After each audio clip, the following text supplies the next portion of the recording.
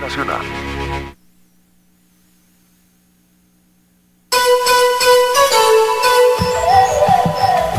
A partir de este momento compartiremos información a todo riesgo para que el desastre no nos alcance. Por Éxitos 100.9.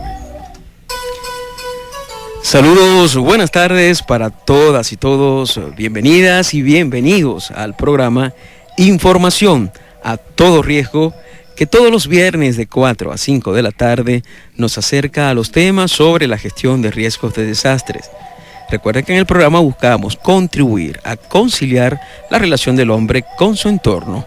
Y nuestro lema, ya usted lo sabe, para que el desastre no nos alcance. Muy buenas tardes, Nilsa. Saludos, Adelfo, saludos también a todos nuestros oyentes. En el programa de hoy trabajaremos para todos ustedes Andrés Plusca, quien es el responsable del control técnico de este espacio. De la edición y el montaje se ocupa Eslian Balbuena. La jefatura de programación tiene al frente a Marcolina Castillo. En la dirección de Éxitos 100.9 se encuentra Enrique Torres. Como asesor de los contenidos del programa nos apoya el doctor Alejandro Liñayo. Estaremos como productores y moderadores, quien les habla, Adelfo Solarte, CNP 8965, productor nacional independiente número 22577. Y Nilsa Gulfo con el CNP 6779 y productor nacional independiente 22591. Bueno, el programa llega a todos ustedes gracias al apoyo del Centro de Investigación en Gestión Integral de Riesgos, SIGIR, y de la Fundación para la Prevención del Riesgo Sísmico, Fundapris, instituciones que reciben el respaldo de la empresa Total Oil and Gas Venezuela. Igualmente recordamos los caminos, las coordenadas para entrar en contacto con información a todo riesgo. Una de ellas a través de la radio todos los viernes de 4 a 5, usted sabe, Éxitos 100.9 y nos escucha. También puede hacerlo por internet, en este caso a través de la dirección éxitos109fm.com.be. Y si desea escuchar los programas que hemos realizado y que se encuentran en un depositario allí a disposición de todos ustedes, debe acceder a la dirección www.sigir.org, sección novedades. Recordamos que Sigir es con C y con G. Adelfo, también pueden escribirnos a nuestro correo, uno de ellos es atodoriesgo@sigir.org. También tenemos el info@gmail.com. En Twitter también nos pueden seguir en @info@todoriesgo. Y así damos inicio hoy viernes 29 de junio al programa número 79 de Información a Todo Riesgo. Así es, Nilsa, el programa número 79. Hoy tenemos un programa con un tema un poco complicado, vamos a decirlo así. Uno de esos temas que son duros de manejar, que lo intentas atrapar y se te va entre las manos, y temas además polémicos. No deja de ser tema en el que hay muchas posturas. Nos estamos refiriendo al tema del desarrollo, pero vinculado en este caso a la gestión integral de riesgo de desastres. Esto porque en los últimos días ha habido mucha información de prensa, en los medios masivos, que tocan el tema de las perspectivas sobre futuras en el tema de la gestión de riesgo de desastre desde la visión de muchos organismos multilaterales que creen que, bueno, es hora de que el desarrollo sea entendido en términos más racionales, y han lanzado algunas como sugerencias, vamos a decirlo así. Un tema, entonces, decimos polémico, pero nosotros, Nilsa y amigos oyentes, tenemos a una persona que nos va a ayudar en esta difícil tarea de tratar de aterrizar un tema que, como les decimos, es complejo. Sí, nos pusimos a ver quién nos puede dar la mano con este tema, y bueno, ese invitado ya lo tenemos acá con nosotros y se lo presentamos a continuación. La entrevista. Adelfo, como dijiste, tenemos un invitado que nos va a orientar, nos va a ayudar sobre este tema del cual tú hacías referencia. Él es el doctor Alejandro Ochoa.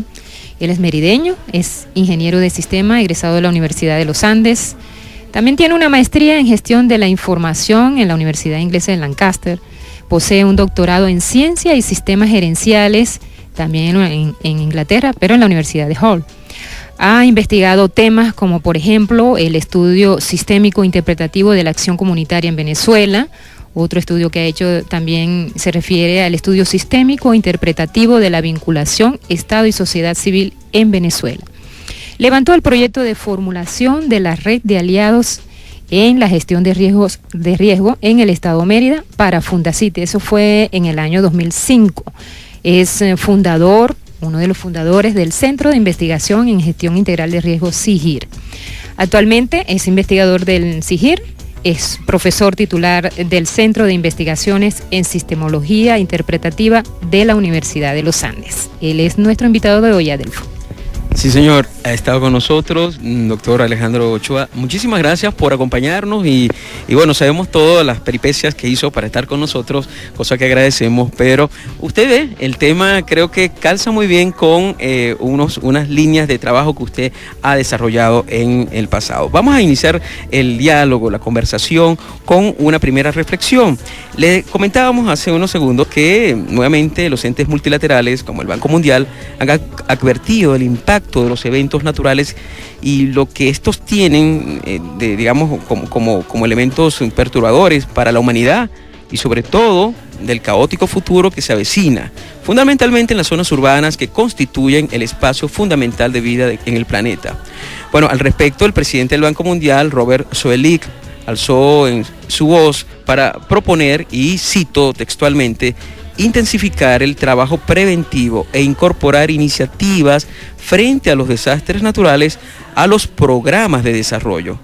Esto ante la evidencia de la vulnerabilidad urbana, tanto física como social, y entonces este panorama nos lleva a preguntarnos sobre el tipo de desarrollo que aluden estos entes multilaterales. Le preguntamos, ¿puede usted darnos luces sobre este punto en especial? Sí, bueno, muchísimas gracias por la oportunidad que me brinda de llegar por este medio a presentar algunas reflexiones sobre este tema. Fíjense, uno de los temas interesantes es que la afirmación del presidente del Banco Mundial no ocurre en un vacío, no ocurre porque de repente se le ocurrió que ese es un tema de interés, sino porque se está dando, o se dio la semana pasada, la discusión de Río +20. Y digo yo que es interesante tratar de rescatar porque ya ahí uno entra a identificar los elementos sobre los cuales Robert Zoellick está apuntando al tema del desarrollo. Cuando nosotros hablamos de Río +20, tenemos que recordar que cuando se da la reunión de Río, hace 20 años atrás, se define la Agenda 21, que se supone era la que definía una suerte de lineamientos generales para que el proceso de desarrollo fuese sustentable. Una especie de hoja de ruta, vamos a decir. Exactamente, mundial. Sí. Y esa hoja de ruta, en 1992, respondía a un contexto político y económico particular que es muy distinto al que nosotros tenemos 20 años después. Y su diferencia radica, aun cuando radica en que hay situaciones de dificultad en lo que son los centros del poder económico mundial, no obstante pareciera que no hay un cambio sustancial en términos de lo que es el discurso del desarrollo. Es decir, el discurso del desarrollo sigue siendo un concepto que es híbrido. En el caso particular del desarrollo sustentable, y es híbrido porque sigue apuntando a la idea de desarrollo con una pretensión de vinculación a una noción de progreso que es unilineal, que es omnicivilizatoria, es decir, le corresponde a todas las civilizaciones adecuarse a ese modelo de desarrollo, y de alguna manera eso va en sentido contrario a la idea de sustentabilidad. Va contrario a una idea de sustentabilidad porque es evidente a lo largo de los años que si nosotros, es decir, toda la especie humana, se embarcara en desarrollarse en el modo como se desarrollaron los países que ahora se denominan desarrollados, bueno, nos harían falta unos cuantos planetas Tierra para poder tener los recursos para atender esa dimensión de desarrollo. De tal suerte que quizás más que plantearse el tema del desarrollo sustentable, la pregunta va apuntando en la dirección de hacia una sociedad sustentable para que el concepto de desarrollo no haga tanto ruido. Porque me parece, y creo que en la afirmación del presidente del Banco Mundial se hace evidente, se plantea que hay que invertir en el proceso de reducción de la vulnerabilidad y del riesgo, pero no se dice de cuáles otros riesgos tenemos nosotros que sacrificar o a cuáles vulnerabilidades tenemos nosotros que exponernos para que eso se dé. Es decir, es muy fácil plantear tomar medidas preventivas si no se dice a nosotros cuál es el costo que tiene eso asociado, no solamente en el plano económico, sino en el plano cultural, en el plano político, en el plano institucional. De tal suerte que yo diría que eso es un saludo a la bandera que se hace desde la dimensión de seguir defendiendo una concepción de desarrollo que a claras luces es definitivamente contrario a la posibilidad de continuidad de la especie humana en el planeta Tierra, pero aún más, porque la osadía humana es de verdad inconmensurable, incluso la misma existencia del planeta Tierra como planeta. Entonces ahí uno dice, ok, chévere, vamos a trabajar para la reducción de la vulnerabilidad urbana, pero muy probablemente es ese tipo de vulnerabilidad urbana no la que nos va a generar a nosotros mayores costos a la hora de presentarse una situación de desastre o un evento natural. Porque eso es otro punto que es importante destacar y eso es inevitable. El planeta Tierra está poblado en prácticamente todos sus espacios. Y eso hace que lo que siempre ha ocurrido en el planeta Tierra, que son eventos naturales extraordinarios, pues van a afectar al ser humano. Y es inevitable entonces que nosotros tengamos que lidiar con situaciones difíciles, seguramente desastres, y siempre ha pasado, eso está también comprobado, que los sectores con menores posibilidades de respuesta son los sectores que se encuentran en situación de precariedad. Total que cuando uno lee esto y habla del trabajo preventivo, incorporar iniciativas frente a posibles eventos, en realidad eso pareciera, y eso es natural que ocurra así. Digo natural no porque es de naturaleza, sino porque dada la lógica que gobierna en ese proceso de desarrollo, que decante sobre lo que son las zonas periféricas. Es decir, el centro difícilmente se va a ver resentido, y lo vimos con el caso de Fukushima. Cuando ocurre el desastre de Fukushima, que hay una cantidad de elementos que son desconocidos para nosotros, que dejó de ser noticia para nosotros, muy probablemente allí hay todo un proceso de daño natural, de daño incluso a la propia sociedad japonesa, que nosotros no podemos cuantificar. Sin embargo, el modo como es noticia, quizás es desastre, deslaves, en el caso particular de América Latina, ahí pareciera que la caja de resonancia es mayor, y entonces es más fácil imputar la culpabilidad al gobierno, cuando si uno revisa lo que pasó en Fukushima, ahí parece que es culpable hasta el gato, ¿no? Sí, señor.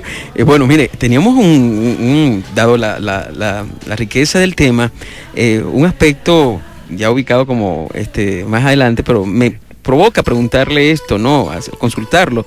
Entonces, pudiera resultar una paradoja que entes como el Banco Mundial, que han financiado ciertas formas de desarrollo, se esmeren por sugerir formas de desarrollo preventivas y mitigadoras de los desastres. Pregunta concreta, ¿hacia dónde apunta el interés entonces de estos discursos?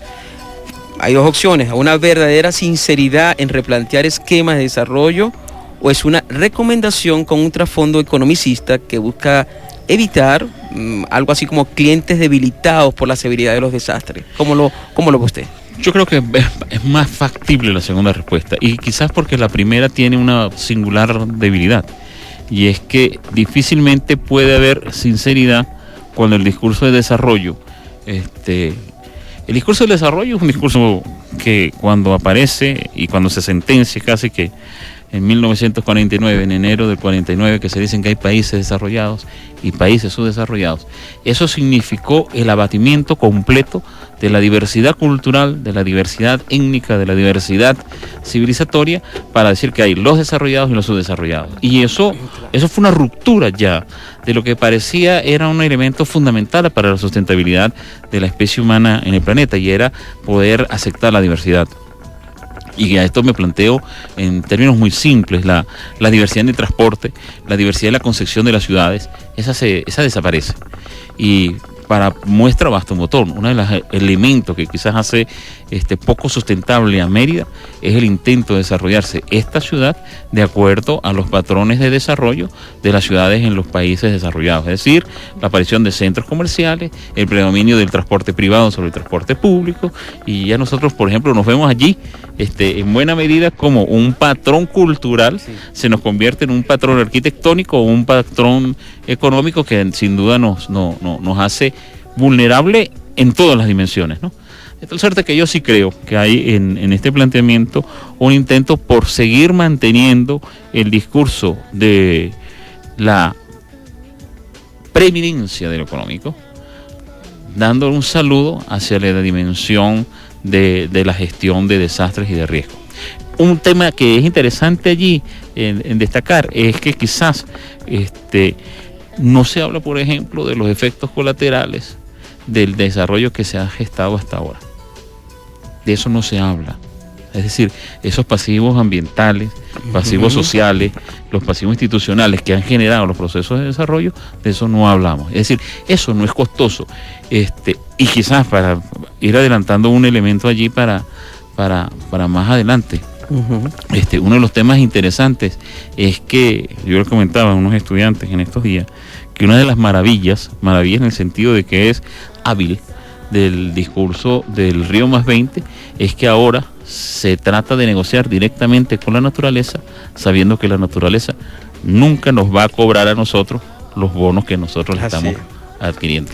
Bueno, vamos a hacer una primera pausa, nada más y nada menos. Tenemos con nosotros al doctor Alejandro Ochoa y ustedes ya vieron por dónde van los tiros del programa. Realmente interesante lo que plantea el doctor y ciertamente profundo. Es un tema que da para muchos programas, pero aquí vamos a tratar de, por lo menos con un conjunto de preguntas, tratar de referirlo como un tema que debemos tener en cuenta. Ahora, una pausa y regresamos con más de información a todo riesgo. Información a todo riesgo llega a ustedes gracias al respaldo del Centro de Investigación en Gestión Integral de Riesgos, CIGIR, una innovadora fundación con sede en la ciudad de Mérida, que promociona y desarrolla proyectos dirigidos a la reducción del riesgo y la preparación y el manejo de desastres.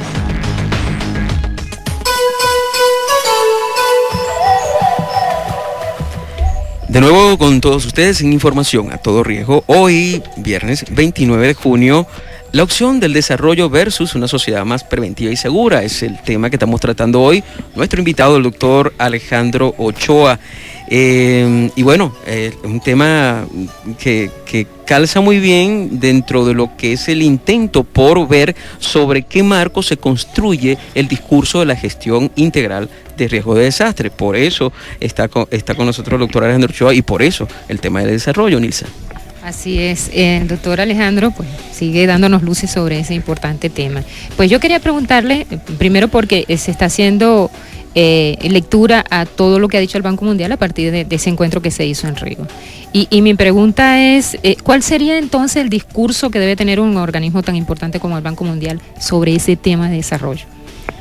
Bueno, yo creo que lo primero que hay que preguntarse es si tiene sentido que haya una institución como el Banco Mundial, en particular porque eso respondió a una coyuntura política histórica que es muy distinta a la coyuntura política histórica que nosotros vivimos ahora. No olvidemos que el Banco Mundial es de las instituciones que se crean con la derrota de Alemania y el surgimiento del polo de poder que es los Estados Unidos y la Unión Soviética, ¿no? Y esas instituciones básicamente eran las instituciones de Bretton Woods, que es Fondo Monetario Internacional, el Banco Mundial y la Organización de las Naciones Unidas.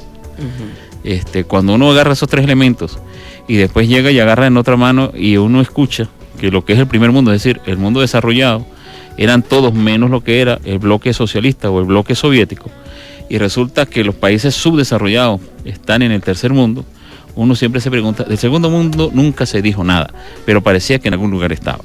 Total que eso respondía a una dinámica que tenía obviamente sus polos políticos claramente identificados. Me parece que el Banco Mundial está en una situación de inevitable retroceso, porque ¿cómo va a articular ahora lo que eran sus principios fundamentales, que era el desarrollo económico por encima de cualquier otro, y al mismo tiempo tratar de armonizar eso con una idea de sustentabilidad que inevitablemente implica ir en contra de la lógica, por lo menos la lógica de un banco, y es la de la acumulación? Es decir, el modo capitalista de producción tiene como principal componente la idea de acumular. Y eso lo hemos visto nosotros a lo largo de la historia, es decir, la acumulación de recursos, la acumulación de energía, la acumulación de bienes. Eso es propio y es en esa medida expansionista. Total, que si esa vocación expansionista la llevamos a todos los rincones del planeta, el planeta no puede sino explotar. Claro.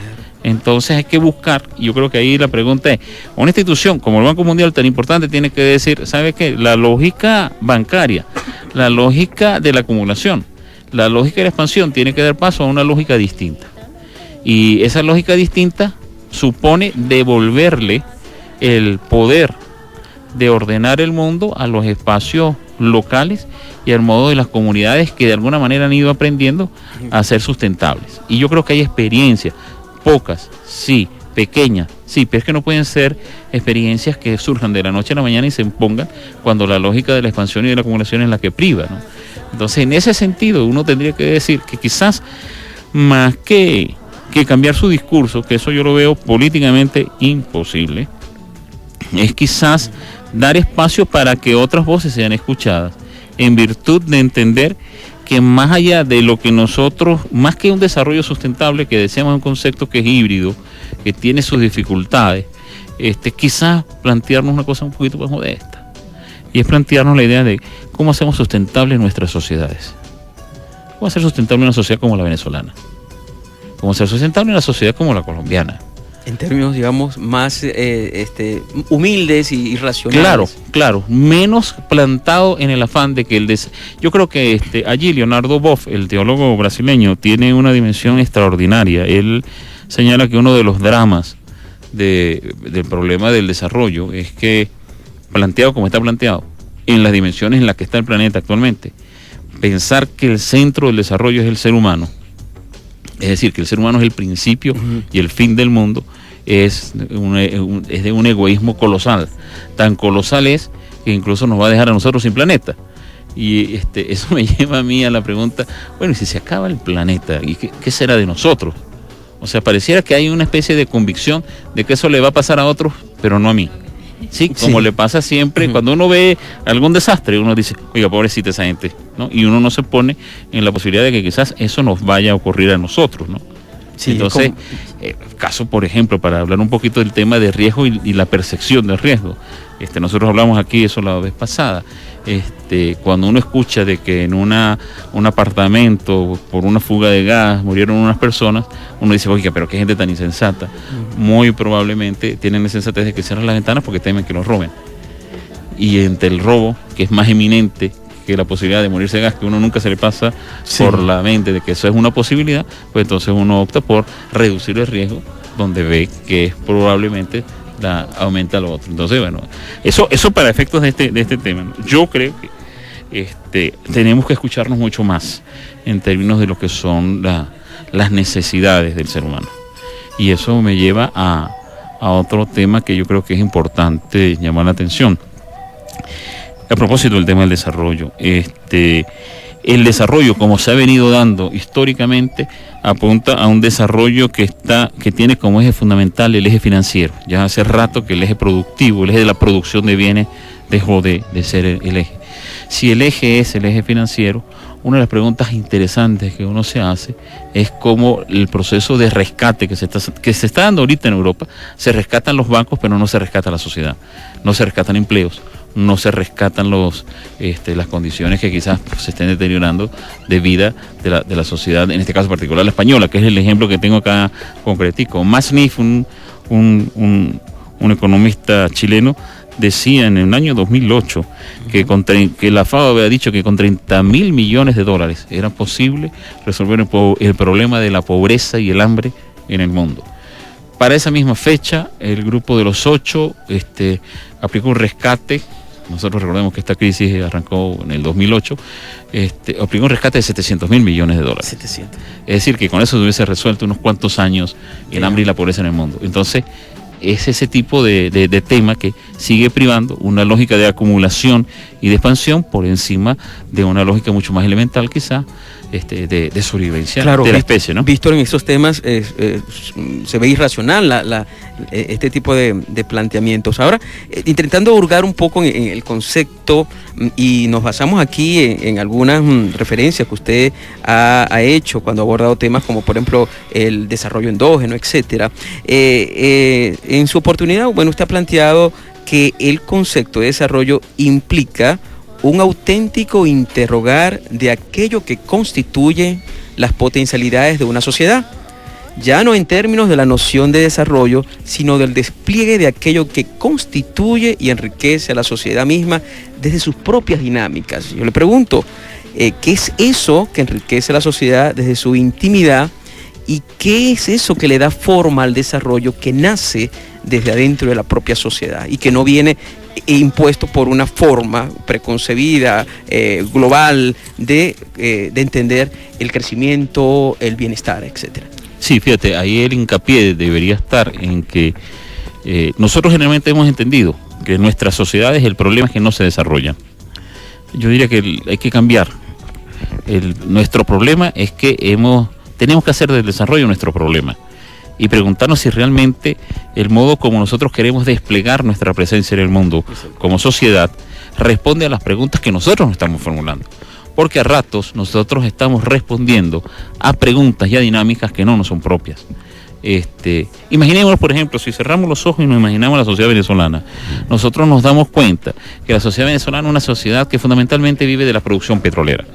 Ahora, una sociedad que no se hubiese planteado el tema de la producción petrolera que se hubiese planteado el tema de la producción petrolera para su sobrevivencia, hubiese entendido que petróleo no se come. Entonces hubiese tenido que desarrollar otro tipo de actividad. Nosotros somos una sociedad petrolera no por decisión de nosotros. Somos una sociedad petrolera porque en buena medida ese fue un papel que se nos asignó en un esquema de desarrollo en el que nosotros aparentemente no estamos siendo aquellos que precisamente nos preguntamos de manera auténtica de qué demonios es aquello que nos constituye a nosotros potencialmente como sociedad. Y ese es un tema que yo creo que es fundamental. Preguntarnos ahorita y revisar lo que ha sido la historia de este país, la historia de este continente y la historia del mundo para ver a qué pregunta se ha respondido cuando una determinada sociedad ha seguido un determinado curso en la historia. Porque ahí nos conseguiríamos cosas muy interesantes. Continentes, por ejemplo, como el África, que con la inmensa cantidad de tierras que tiene, con las inmensas riquezas que tienen, es un continente que se muere de hambre. América Latina, hasta hace muy poco, era un continente que se decía vivió la década perdida de los 80. Y ahora, en este tiempo, pareciera que América Latina es quizás uno de los subcontinentes que tiene la mayor esperanza de cara a lo que se acerca, de lo que se avecina al futuro en términos económicos. La pregunta es si esa esperanza de lo que se viene en términos económicos se está articulando con la esperanza de lo que se supone debe ser la sustentabilidad cultural, la sustentabilidad social, la sustentabilidad política de todo lo que es el continente latinoamericano. Por hablar de nuestra casa, no sin dejar de lado, por ejemplo, lo que está pasando en otros planos. Por ejemplo, lo que está pasando en Asia, que es prácticamente para nosotros un ilustre desconocido, pero es prácticamente el dueño del mundo ahora, y que cómo altera la dinámica interna nuestra, la dinámica externa en la que inevitablemente tenemos que estar involucrados, porque ya es mentira, no podemos pensar en que vamos a cerrar nuestras fronteras y vamos a inventarnos nosotros todo, porque eso es sencillamente. O sea que hay una doble responsabilidad de ver nuestras potencialidades y nuestro propio desarrollo histórico, etcétera, pero sin desvincularnos de lo que impone la dinámica. Sin lugar a dudas, porque ese es un proceso que es absolutamente inevitable. Nosotros hace aproximadamente como unos 15 años nosotros planteábamos que el tema de la globalización habría que desarrollarle también la otra globalización, una globalización sustentable, una globalización que hiciera por ejemplo, de la pregunta por el ser humano y sus potencialidades el centro, y no quisiera del ser humano y su posibilidad de ser recurso el centro, que es prácticamente lo que ocurrió con el proceso de globalización, ¿no? Profesor, debemos hacer una nueva pausa. Usted sabe cómo es esto aquí. Vamos a identificar y cuando regresemos vamos a tener otra ronda de reflexiones. No sé si llamarlo preguntas, respuestas, porque en realidad eso son unas reflexiones que se escapan un poco de las pretensiones de los que nos impone el tiempo. Así que la pausa y regresamos con más de información a todo riesgo. Investigación, formación de recursos humanos y divulgación del conocimiento científico, 3 pilares fundamentales del trabajo que desarrolla el Centro de Investigación en Gestión Integral de Riesgos, SIGIR. Puedes contactarnos a través de la dirección electrónica www.sigir.org.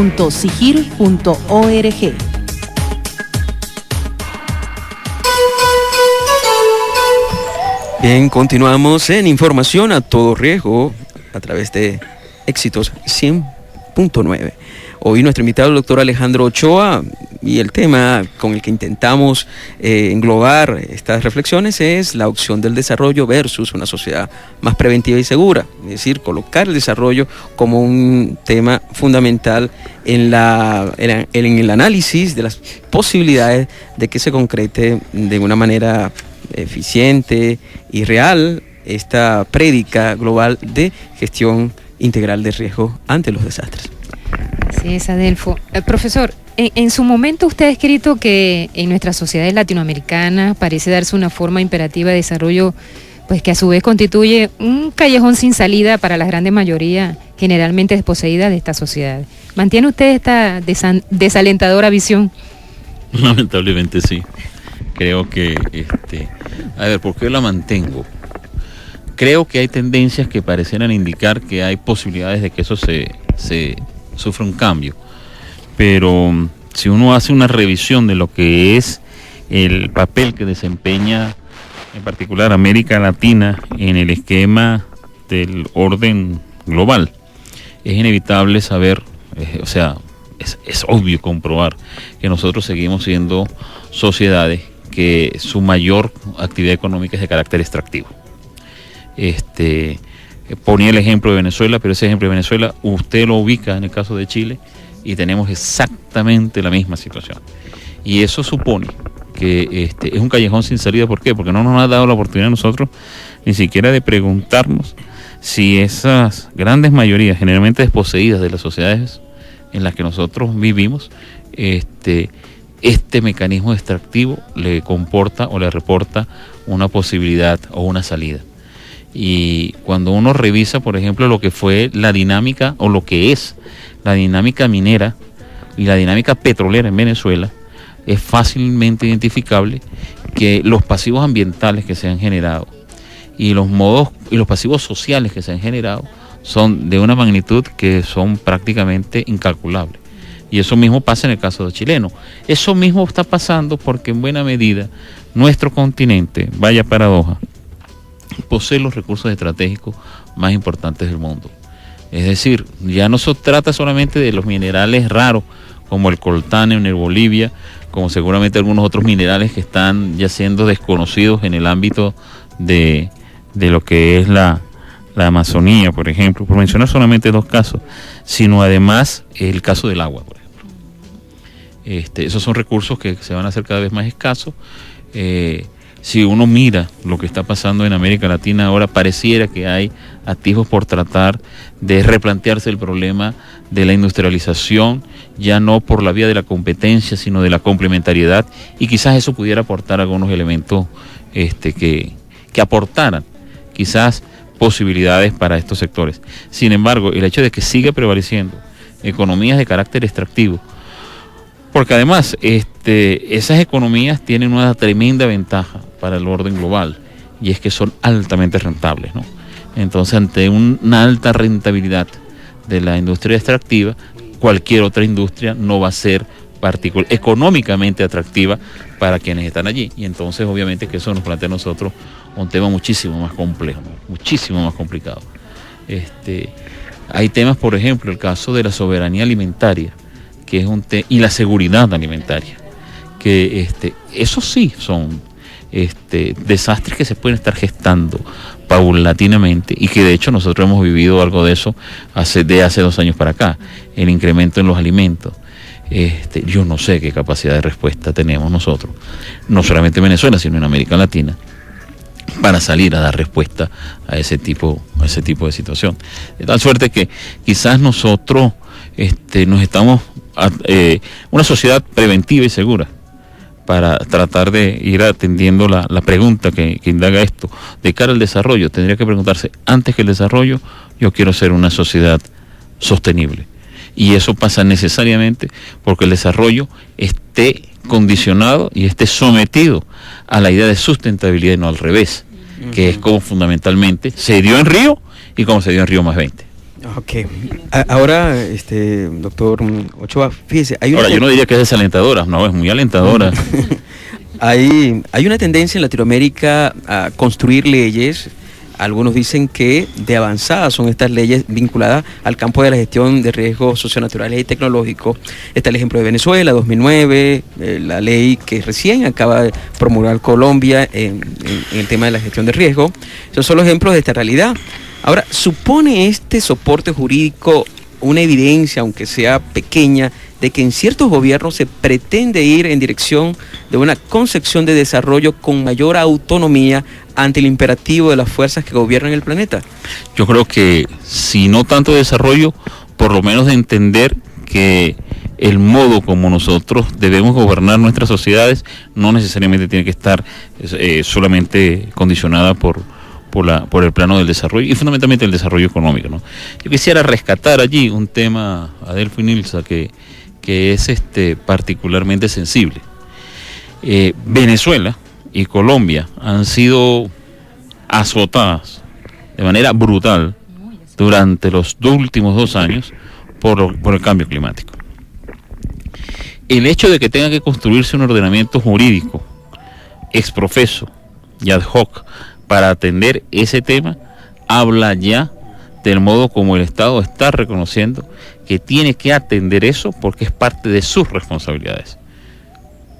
En otro momento, quizás el Estado se haría de la vista gorda ante esa situación y diría, es la mala suerte, es la naturaleza que nos castiga, cualquier cosa.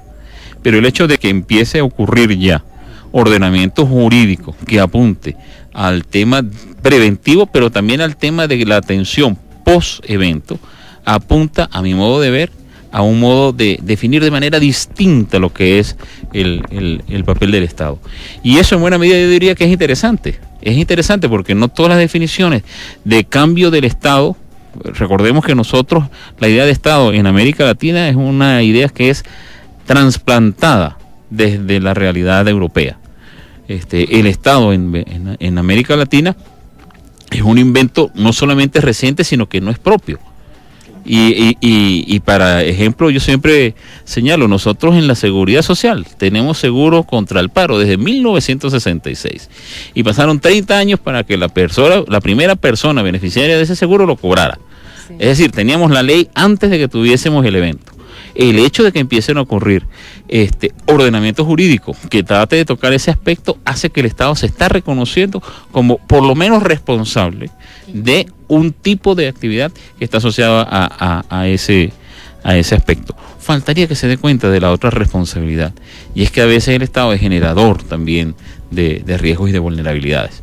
Pero eso es harina de otro costal, ¿no? Así es, profesor. Profesor, concretamente, pese a la prédica de los entes que regulan la economía del mundo, ¿puede pensarse de forma optimista en la instauración de la gestión integral de riesgo como práctica gubernamental e institucional?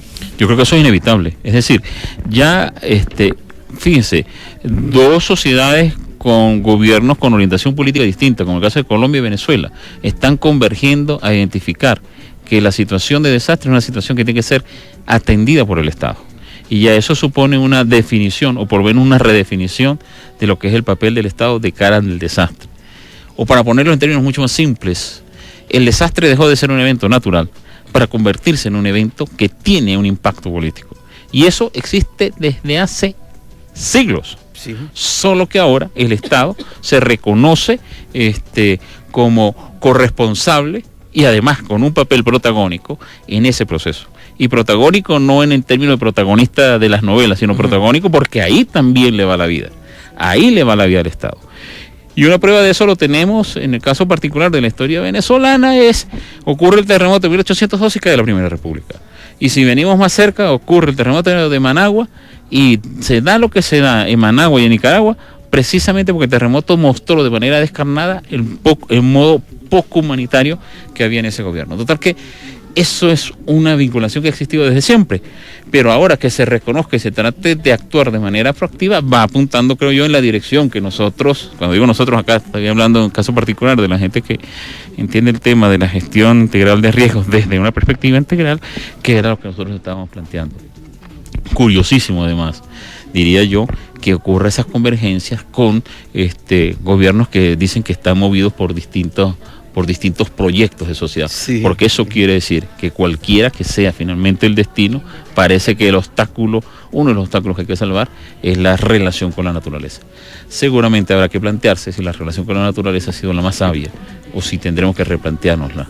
Caso particular, yo sospecho que el replanteo de esa relación con la naturaleza tendría que suponer un reacomodo completo de lo que es la distribución espacial de la población, una reconstitución completa de lo que son los mecanismos de producción y lo que son los mecanismos de atención de servicios públicos para nosotros, ¿no? En el caso, profesor, ya el reloj ya dijo que... El reloj marca la hora. Es suficiente reflexión sobre el desarrollo. Por ahora, nosotros de verdad le agradecemos mucho, profesor Alejandro, su participación, y comprenderá que, bueno, nos quedaron por ahí unas cuantas cosas en el tintero y muchas más que habíamos conseguido adicionalmente, y bueno, que dejar abierta la puerta.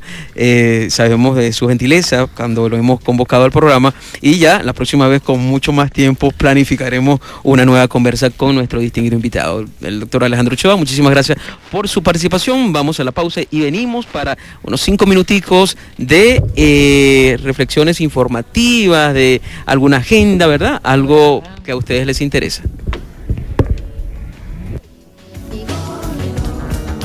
Hay hombres y mujeres voluntarios que exploran los rincones más recónditos de los Andes en busca de signos, señales de movimientos del planeta. Ellos son el equipo que le da vida a Fundapris, la Fundación para la Prevención del Riesgo Sísmico. En Fundapris, hacemos de la investigación una herramienta preventiva.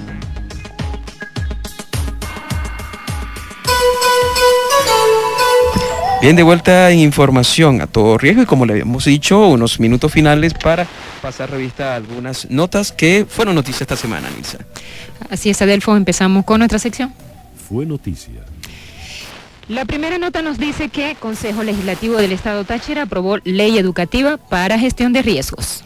Así es, Nilsa, una nota publicada en el Diario de los Andes y que dice que esta semana fue presentado y aprobado en la sesión ordinaria del Parlamento tachirense el proyecto de ley educativa para la gestión de riesgos y desastres naturales o antrópicos, con la intención de dar respuesta a las necesidades que tiene el Táchira en materia de gestión y mitigación de riesgos. Según el diputado Daniel Ceballos, la propuesta plantea capacitar y educar a los ciudadanos a fin de prepararse ante cualquier situación de riesgo y disminuir el impacto del mismo. Este proyecto de ley progresista, que busca elevar el nivel de cultura de la sociedad tachirense, donde exista articulación eficiente de los diferentes organismos de seguridad, municipales, regionales y nacionales, de la mano con los ciudadanos, aseguró el parlamentario. Sí, pasemos a nuestra próxima sección. Agenda. Hoy recordamos. Bien, en agenda 2 actividades muy puntuales. Una, invitarlos a la próxima reunión del proyecto Redes Locales de Gestión de Riesgo de Desastres, que se va a efectuar el día martes 3 de julio, el próximo martes, a las 9 en punto de la mañana. Esto va a ser en la sede de Uniandes, que está ubicada en la vereda 2 de la urbanización Los Sausales. Eso es a 50 metros del semáforo. La entrada es libre y toda aquella persona que tenga algún tipo de vinculación con organizaciones públicas, privadas, ONG, etcétera, vinculadas a este tema de la gestión de riesgo, serán bienvenidas. Entonces, repito, martes 3 de julio, 9 de la mañana en Uniandes. Y yo tengo una invitación, Adelfo, para el día siguiente, el miércoles 4 de julio, pero esta vez será en la universidad, en la UNEFA, en la Universidad Nacional Experimental Politécnica de las Fuerzas Armadas.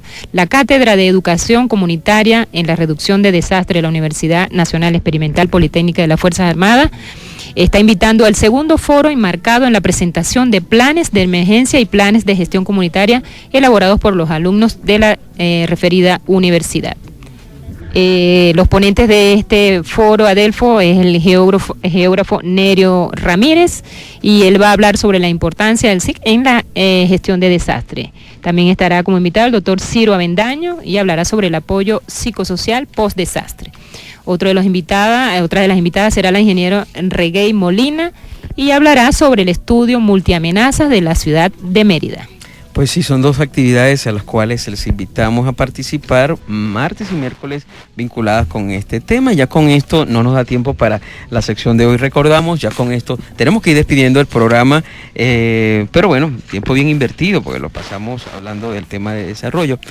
Y bueno, decirles que parte de lo que conversamos con el doctor Alejandro Ochoa aparecerá el próximo lunes en la versión impresa de Información a Todo Riesgo, en este caso en las páginas del Diario de los Andes, también disponible en internet a través de www.diariodelosandes.com.be. Nilsa. Así es, Adelfo, y si quieren también opinar sobre estos programas, sugerirnos todo lo que se pueda, pues también tenemos dos correos. Uno de ellos es atodoriesgo@sigir.org y nfatodoriesgo@gmail.com. También pueden seguirnos en Twitter en @infatodoriesgo. Llamarnos también a nuestra oficina, es el 0274-658-8206, en la oficina del SIGIR. Así es, estuvimos trabajando para todos ustedes en el programa de hoy, Mario Uzcategui en el control técnico. En la edición y montaje estuvo Eslian Balbuena. Como jefe de programación, Marcolina Castillo. En la dirección de Éxito 100.9, Enrique Torres. Y como asesor de los contenidos, como siempre, nos apoya el doctor Alejandro Liñayo. El programa llegó a todos ustedes gracias al apoyo del Centro de Investigación en Gestión Integral de Riesgos SIGIR y de la Fundación para la Prevención del Riesgo Sísmico Fundapris, instituciones que reciben el respaldo de la empresa Total Oil and Gas Venezuela.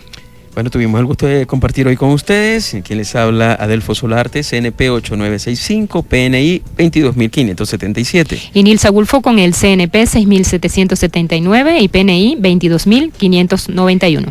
Recuerden que hacemos información a todo riesgo para que el desastre no nos alcance. Hasta el próximo viernes.